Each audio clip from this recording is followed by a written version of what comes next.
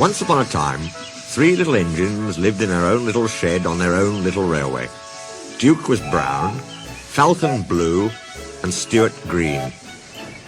Duke was the oldest. He had been the first engine on the line, and named after the Duke of Sodor. He was proud of this, and wanted everything just so. Whenever the others did anything they shouldn't, he would say, "That would never suit His Grace." Other engines came and went, but Duke outlasted them all. Stuart and Falcon used to call him Granpuff. Duke was fond of them and tried to keep them in order. They were fond of him too, as he was so wise and kind, but they did get tired of hearing about His Grace. Sometimes they would wink at each other and chant solemnly, "Engines come, engines go, Granpuff goes on forever. You impertinent scallywags." Duke would say indignantly. "Whatever are you engines coming to?" "Never mind, Granpuff, we're only young ones." "Well, you'd better mind, unless you want to end up like Smudger." "Oh, Granpuff, whatever happened?" "Smudger," said Duke, "was a show-off. He rode roughly and often came off the rails. I warned him to be careful, but he took no notice." "Listen, Dukey, who worries about a few spills?"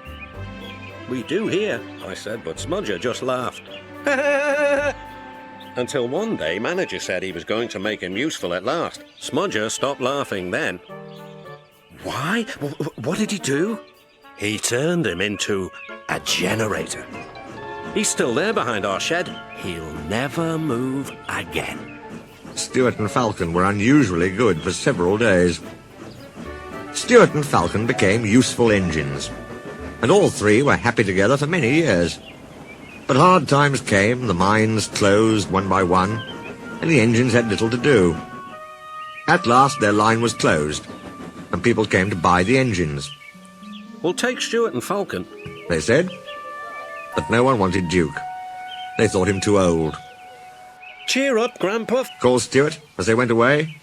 We'll find you a nice railway, and then you can come and keep us in order." They all laughed bravely, but not one of them thought it would ever come true. Duke's driver and fireman oiled and greased him. They sheeted him snugly and said goodbye. They had to go away and find work. Duke was alone, locked up in the shed. "His Grace," he wondered. "You impertinent scallywags."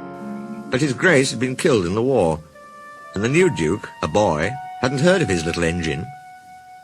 "Oh well," said Duke to himself. "I'll go to sleep. It'll help pass the time." Years passed. Winter torrents washed soil from the hills over the shed. Trees and bushes grew around. You wouldn't have known a shed was there, let alone a little engine asleep inside it. Have you guessed about Stuart and Falcon? Yes, you're right. They came to the Thin Controller's Railway. He gave them new coats and new names. Stuart became Peter Sam, and Falcon, Sir Handel.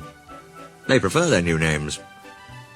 That was a long time ago, but they never forgot Granpuff, and often talked about him when alone. But we must say no more, or we'll spoil the next story.